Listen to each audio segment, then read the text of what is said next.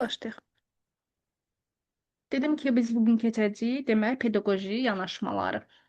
Ə, Hansı ki, burada söhbət gedir həm Montessori, Reggio Emilio, Waldorf. Yəni, hər üçündə, belə deyim, keçəcəyik. Öncə deyək ki, bu nəzəriyyələrin əhəmiyyəti nədir? Baxın, deyirəm ki, biz deyirik ki, dünya ölkələrinin təhsil, belə deyim, tarixinə nəzər yetirsək, bircə dəqiqə, bir dəqiqə gözləyin mən, bircə dəqiqə.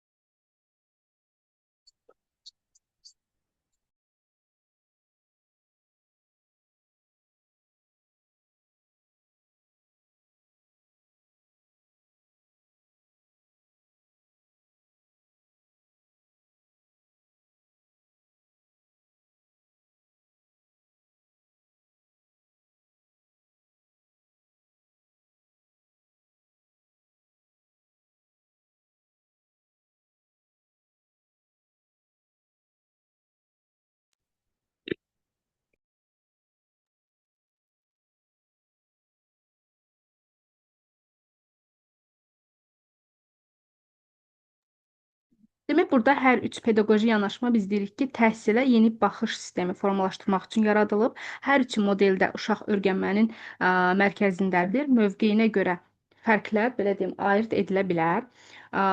İndi biz bunlar haqqında tək-tək tanış olaq. Birinci, Montessori pedaqoji yanaşmasından danışacağıq. Demək, gəlin öncə deyək ki,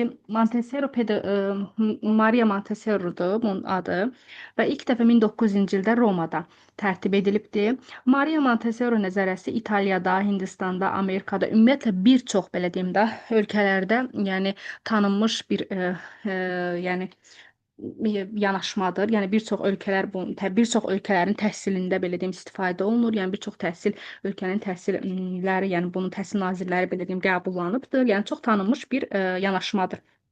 Burada biz deyirik ki, diferensiallıq var burada. Hansı ki, diferensiallıq uşaqlarla individual belə deyim də, öyrənmək Montessori'yə aiddir. Montessori pedaqoq həkim olubdur, yəni pedaqoq həkim assistantı. Elə mən bunu keçməzdən öncə də burada əsas bir dənə şey vurğulayım. Demək, Maria Montessori, belə deyim, xəstəxanaların birində həkim assistenti işləyirmiş və orada hansı ki, elə bil ki, sim uşaqlarda, yəni əqli qüsurlu olan uşaqlar olur otaqların birində və gedir nahar vaxtı olur işdə. Montessori o otaqların necə deyim, otaqda olan uşaqlara yaxınlaşır, belə baxır, görür ki, oradakı əqli cəhətdən belə deyim, zəif olan uşaqlar hansı ki, yəni bunlar baxır ki, o çörəyin belə qırağının quru yeri deyirik, bərk quru yeri olan hissəsi var. Yəni indi belə özümüz başa düşən dildə deyim də quru hissəsi. Və burada uşaqlar gedir görür ki, çörəyin quru hissəsini götürüblər əllərinə, yəni əllərində necə ki belə bir-birinə vuraraq oyuncaq kimi istifadə edirlər.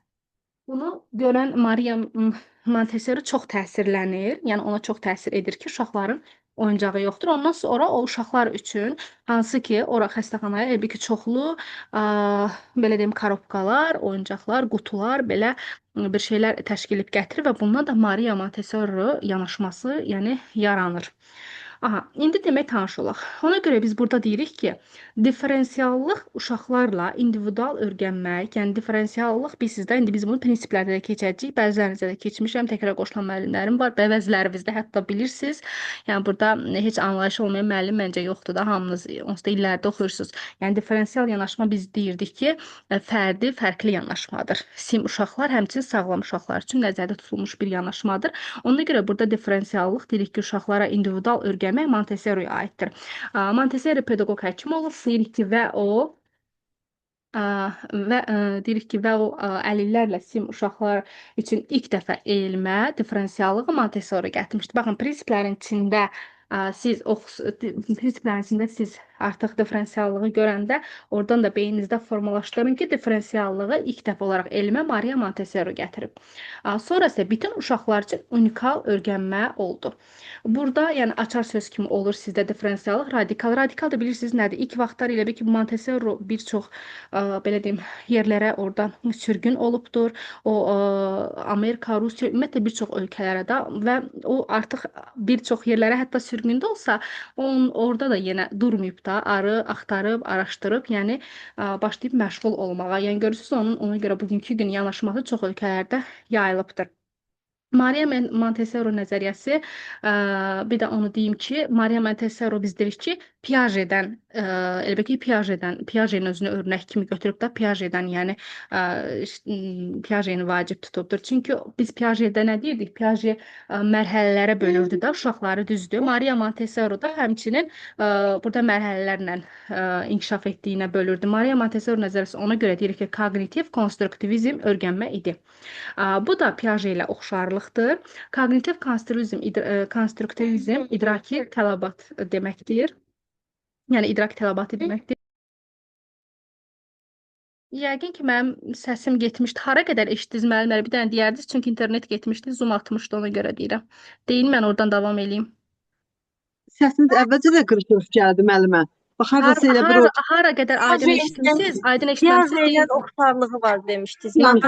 Tamam, bildim. Demək, dedim ki, Piaget ilə oxşarlığı burada Piaget mərhələlərə bölür, həmçinin Montessori da, yəni mərhələlərə bölünür və burada oxşarlıq deyirik ki, kognitiv konstruktivizm öyrənmə idi. Bu da oxşarlıqdır Piaget ilə.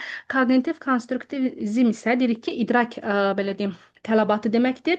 Burada uşaq mərhələlərlə öyrənir. Montessori yanaşmasında iki mərhələyə bölür Montessori uşaqları. Burada elə bir şüursuz mənimsəmə olur, yəni yanaşmanı və şüurlu mərhələ olur. Yəni bunu asan yaşlarını asan yadda saxlamağın tək yolu bilsinlər. Bax, bəzi müəllimlər qarışdırır, bəziləri çox asan yadda qalır. Şüursuz mənimsəmə 0-3-dür, şüurlu mərhələ 3-6 yaşdır. Yəni şüursuz mənimsəmə nədir? Hələ heç nə başa düşmür, heç nə dərk eləmir. Yəni düşüncə yox kimi bir şeydir də.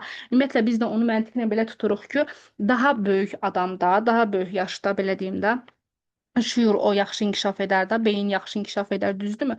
Ona görə biz şüursuz sözünü deyəndə elə 0-3-ü görən kimi şüursuzda 0-3 götürürük, şüurlu mərhələ isə 3-6 olur. Sonra Montessori'yə görə deyirik ki, uşaqlar tam inkişaf etməlidir. Montessori tam inkişafı zehnlə ürəyin vəhdətində görürdü.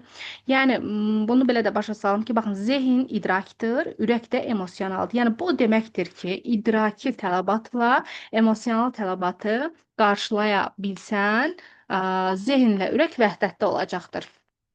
İdrak tələbatı deyirəm ki, intellektual keyfiyyət, emosional tələbat isə motivasiya yaradır, yəni öyrənməyi sevdirmək.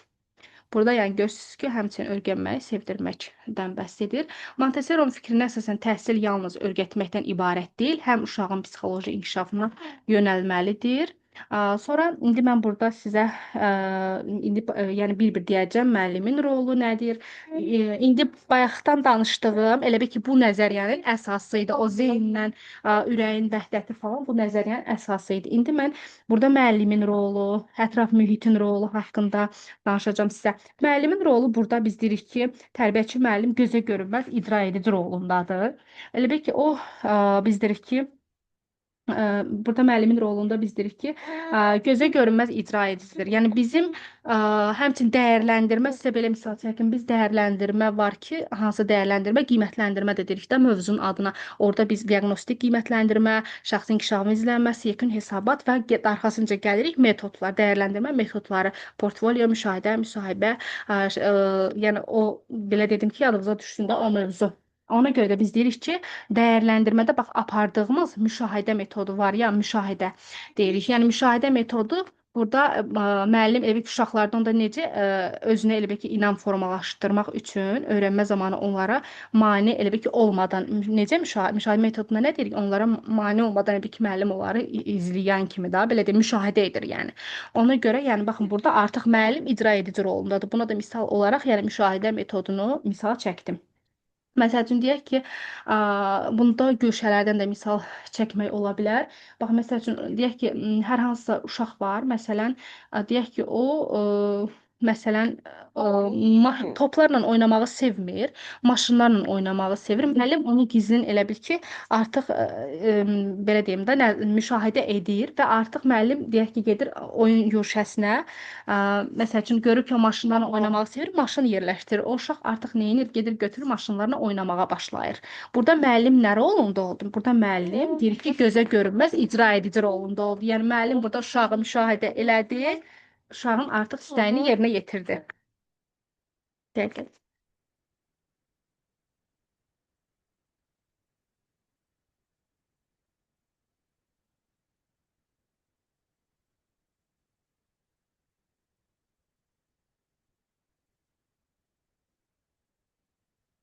Aha.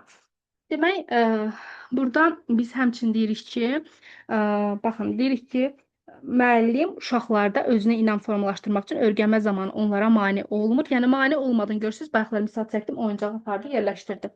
Burada uşaqlarda həm özünü idarə etmək kimi bacarıq formalaşır, həmçinin müəllim uşaqları real aləmlə yaxından tanış edir. Bu tanışlıq da onlarda tək və yaxud qrup halında olur. Hiss üzvləri vasitəsilə təcrübə əsasında öyrənmələrinə şərait yaradır.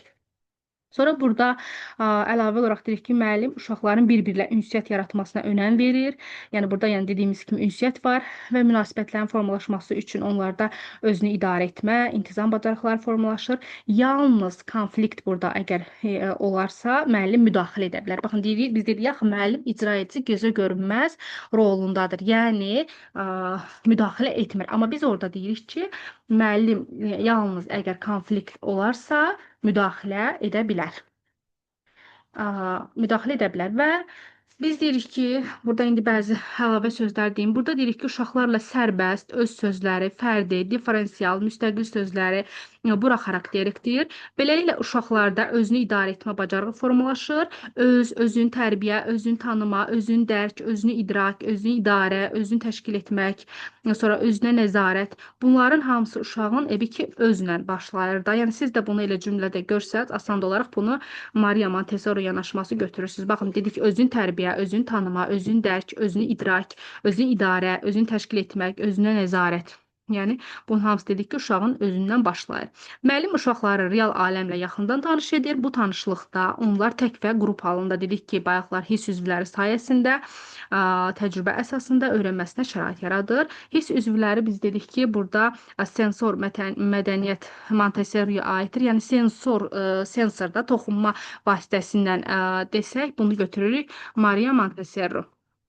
Sonra Montessori müəllim dedik ki, uşaqların özünü idarə, intizam bacarıqları formalaşdırır. Yalnız konflikt yarana biləcək vəziyyətlərdə müəllim müdaxilə edir. Sonra burada indi danışacağıq biz ətraf mühitdə müəllimin rolundan.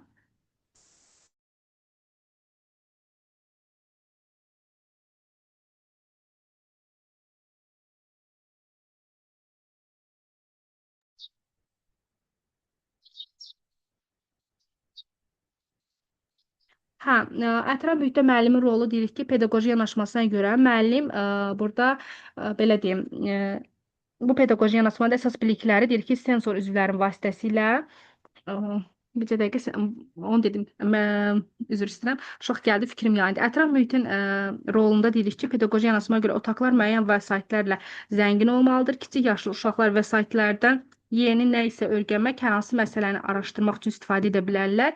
Müəllimlər uşaqları onların inkişaf ehtiyaclarını qarşılamağa kömək edəcək vəsaitlərlə təmin etmək üçün müşahidə aparırlar. Bu, bizim ətraf mühitin rolu oldu yanaşmada. Sonra buna əlavə, baxım, nə deyə bilərəm. Burada dedik ki, pedaqoji yanaşmasına görə müəllim otaqları müəyyən, belə deyim, vəsaitlərlə doldurur. Orada, yəni, bayaqlar dedik, müəllim baxır ki, uşaqların oyuncaqları falan yoxdur, başlayır onlara çoxlu korobkalar, qutular, yəni, belə bir oyuncaqlar, didaktik vəsaitlər, yəni, gətirir. Onlar uşaqlar artıq otaqlarını doldurur. Sonra burada indi mən sizə axırda qeyd edəcəm bu yanaşmanın açar sözlərini, bir çox, yəni açar sözləri var ki, elə necə deyim, yanaşmanı dərindən oxuya bilməsəz də, sadəcə o bir 10-11 dənə belə deyim açar sözünü onu yadda saxlasanız, elə testdə görsəz tapa bilirsiniz. Yanaşmanın təcrübədə tətbiqində isə biz deyirik ki, burada əsasən biliklər sensor üzvlərinin vasitəsilə belə deyim də, ilə təcrübə edilərək mənimsənilir. Burada əsasən uşaqlar kiçik yaşlarda bir sıra akademik biliklərə yiyələnirlər. Öyrənmə prosesində uşaqlar istifadəsi rahat olan hərəkli və rəngli didaktik materiallardan geniş formada istifadə edirlər. Bu materiallar vasitəsilə riyaziyyat, rəngdir, ölçüdür, formadır, oxumadır, yazmadır, bu qabiliyyətləri inkişaf etdirirlər. Belə deyim, biz deyirik ki, bəs öyrənmə zamanı hansısa uğursuzluq baş verərsə, bu zaman uşaqlar yenidən cəhd edir və öz səhvlərini özü düzəltmiş olur. Buna görə Montessori istifadə olunan materiallar orijinaldır və uşaqlara özlərini korrektə etmək imkanını verir. Bu Montessori deyir ki, Montessori istifadə olunan materiallar orijinaldır. Bu testdə çox vaxt düşür, bir dəfə də imtahana düşübdür bu cümlə.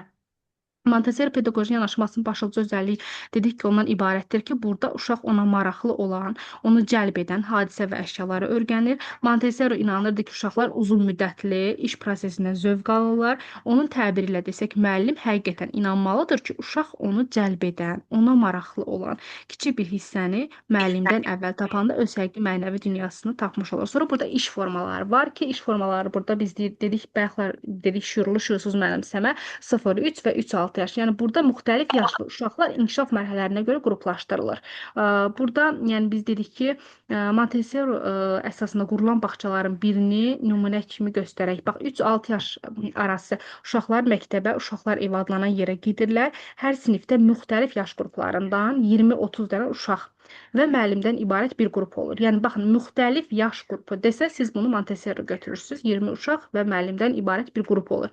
Burada yəni həm rəhbər olur, həm köməkçi vardır. Sinifdə həm müstəqil öyrənmə, həm sosial qarşılıqlı əlaqə imkanlarını təmin etmək üçün fərdi və qrup halında yerləşdirilmək kiçik masalar vardır. Baxın, fərdi qrup. Yəni bunu iş formalarından da bilirsiniz. Öyrənmə materialları sinifdəki rəflərə yerləşdirilir. Burada həmçinin biz deyirik ki, riyaziyyat, dil, musiqi, incəsənət və mədəniyyət üzrə akademik fəaliyyətlər çox praktikdir. Demək, Montessori izahı bu qədər.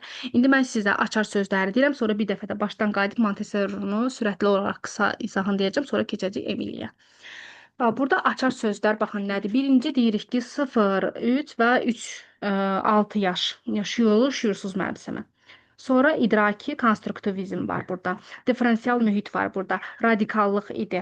Fərdi və qrup işi. Yəni iş formalarından bayaqlar izahında da dedik, fərdi və qrup işi olur. Tam öyrənmə, zehin və yəni ürəyin vəhdəti, sensmotor və sensor mədəniyyət, müəllim gözə görünməz icra edici idi. Fiziki mühit, resurs, güşələr burada aiddir. Təşkilati funksiya. Sonra burada sim uşaqlar üçün nəzərdə tutulubdur həmçinin. Akademik biliklər praktikdir. Didaktik oyun, riyaziyyat məşğələsi, sensmotor zonalar.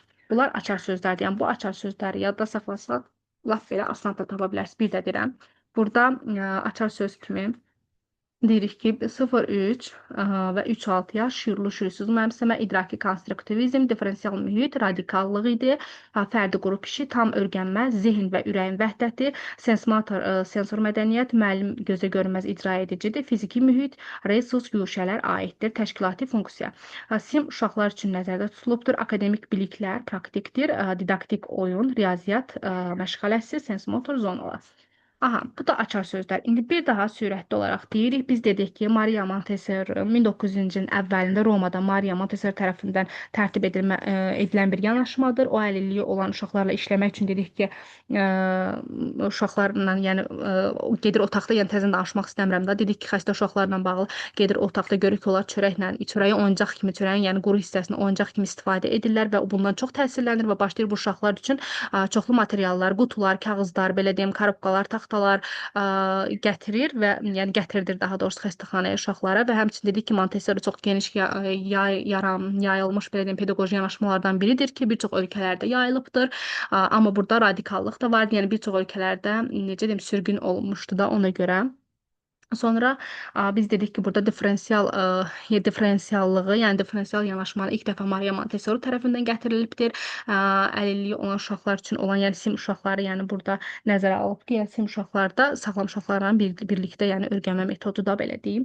Sonra burada dedik ki, 2 yerə bölündü. O Piaget'in fikrini daha əsas götürür, yəni Piaget'in özünə belə deyim də, ondan təsirlənirdi, Piaget'in fikirlərindən və Piaget kimi bu da mərhələlərə böldü. 2 mərhələyə şüurlu və şüursuz mənimsəmə, şüursuz mənimsəmə 0-3 yaş oldu, şüurlu mənimsəmə isə oldu 3-6 yaş.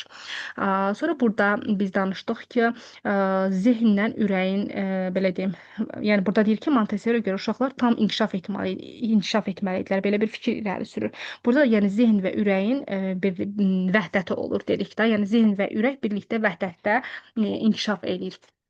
Burada dedik ki, bir daha təkrar edirəm, zehin dedik ki, idrak, bu deməkdir ki, yox, ürək emosional, yəni bunların hər ikisini deyim, sonra baxın, zehindən idrak, ürəkdən dedik ki, emosional və bu da o deməkdir ki, idraki tələbatla emosional tələbat qarşılaya bilsin, zehin ürək vəhdətdə olsun. Yəni idraki tələbatına dedik ki, emosional tələbatı qarşılaya bilsin və zehinlə ürək vəhdətdə olsun. Sonra idrak tələbatı dedik ki, intellektual keyfiyyət, emosional tələbat isə motivasiya yaradır. Yəni öyrənməyi sevdirmək. Yəni Montessori dedik ki, fikrində əsasən təhsil yalnız öyrətməkdən ibarət deyil, həm də uşağın psixoloji inkişafına yönəlməlidir. Sonra burada bir də dedik ki, biz Piaget ilə oxşarlığından sonra kognitiv konstruktivizm idraki tələbat deməkdir. Yəni kognitiv konstruktivizm var idi burada da. Həmçinin bu Piagetdə də belə idi. Ona görə bu da bunların belə deyim oxşarlığıdır və müəllimi rolundan danışdıq ki, müəllim burada gözə görünməz icra edici rolunda idi və burada ona da misal çəkdim ki, bizim dəyərləndirmə metodunda, dəyərləndirmə belə deyim mövzumuzda müşahidə metodunu misal çəkdim ki, yəni orada müəllim müşahidə metodunu apararkən gözə görünməz icra edici rolunda olur. Sonra burada ətraf mühitin rolu var. Dedik, ətraf mühitin yəni rolunda da danışdıq. Burada yəni uşaqlar dedik ki, sərbəst öz sözləri, fərdi, diferensial, müstəqil sözləri bura xarakterikdir. Beləliklə uşaqlarda özünü idarə etmə bacarığı formalaşır. Özünü tərbiyə, özünü tanıma, özünü dərk, özünü idrak, özünü idarə, özünü təşkil etmək, özünə nəzarət, bunların hamısı uşağın özündən başlayır. Müəllim deyir ki, uşaqları real aləmlə yaxından tanış edir. Bu tanışlıqda onlar tək və qrup halında hiss üzvləri sayəsində təcrübə əsasında öyrənməsinə şərait yaradır. Burada hiss üzvləri, yəni sensor mədəniyyət Montessoriyə aiddir. Sensor mədəniyyət dedik ki, məsələn, uşaq müəllimi, belə deyim də, sensor mədəniyyətə belə bir misal çəkim.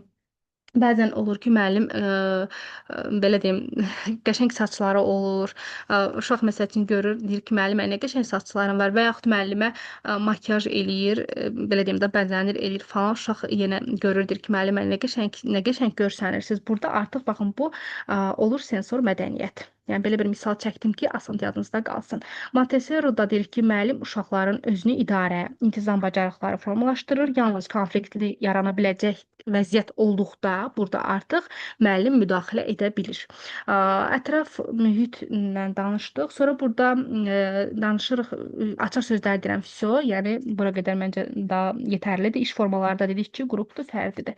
Demək, 0-3 yaş şüurlu, şüursuz mənimsəmə, idraki konstruktivizm, diferensial mühit, radikallıq idi, fərdi qrup işi, tam öyrənmə, zehin və ürəyin vəhdəti, sens-motor, sensor mədəniyyət, müəllim gözə görməz icra edicidir, fiziki mühit, resurs güşələr aiddir. Burada təşkilati funksiya, sim uşaqlar üçün nəzərdə tutulub, akademik biliklər, praktikidir, didaktik oyun, riyaziyyat məşğələsi, sens-motor zonalar.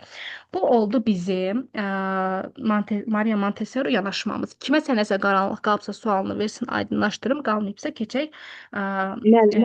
Müəllimə, üzr istəyirəm. Bəli, Müəllimə, Piaget ilə Montessorinin oxşar cəhətləri elə bir həm sizə mərhələlərlə öyrənməkdir, həm də oyun vasitəsilə elə oxşar cəhətləri. Oyun ümumiyyətlə sizə bir şey deyim. Yox, oyun belə deyim. Oyun bu ili keçəcək. Həm Waldorf keçəcəm, həm Emiliana, həm Montessori'nin hər üçündə var. Hər üçün yanaşmamızda, yəni oyun haqqında danışacaq. Hər üçündə də biz deyirik ki, oyun var. Bəli, oldu. Sağ ol. Aha, buyurun. Kiməsə başqa nə qaranlıq qalıbsa soruşa bilər. Yəni burada əsas oxşarlıq Piagetdir. Yəni hər ikisində mərhələlərə. Ümumiyyətlə o Piaget'in fikrinindən təsirlənirdi daha. Yəni özünə elə bil ki, onu şey götürmüşdü və Piaget kimi o da mərhələlərə bölünürdü. Həmçinin Piaget'də də deyir ki, kognitiv konstruktivizmdir. Ona görə burada da Montessori'da da belədir. Müəllimə bağışlayın. Burada uşaqların Sim liderlik uşaqları. bacarığı. Sim Yox, burada uşaqların liderlik bacarığı. falan da var da, səhv eləmirəmsə, liderlik bacarığı, yoxsa o başqa şeydəydi, yanaşmadaydı. Yox, burada liderlik bacarığı yoxdur müəllimə. Bir də uşağın səmərəli və sakit şəkildə keçməyi oyunlarının, onda mən yəqin başqa nəzəriyyə ilə səhv salmışam. Bəli, mən indi o birisi nəzəriyyələri də keçirdirəm. İndi o birilərinə də qulaq asarsınız. Yəqin ki, də orada ortaya çıxanda görərsiniz. Sensor təcrübə nədir müəllimə?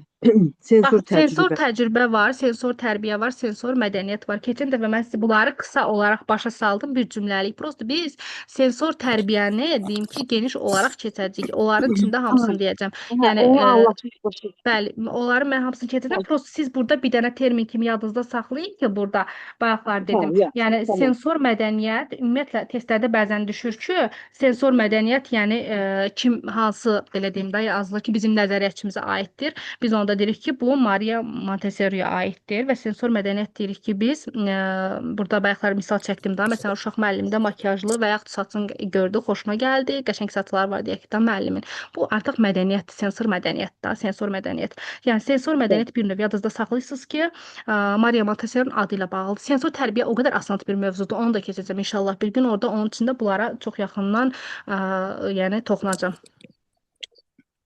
Müəllimə, sensor inkişaf da Montessori'yə aiddir. Nə inkişaf eşitmədim. Sensor inkişaf. Bəli, sensor inkişaf da var burada, amma burada əsas toxunmaqdır. Sensor, yəni sensorla öyrənmək də, belə deyim, sensor toxunmaq. Amma sensor inkişaf çox düşmür testdə. Düşəcəyini də düşünmürəm. Müəllimə, mən də eşitdim, hələ liderlik bacarıq da, bir də sakit vəziyyətdə keçmək elə Montessori'yə aiddir. Mən də hələ onu elə bilirdim. Liderlik bacarıq da, bir də sakit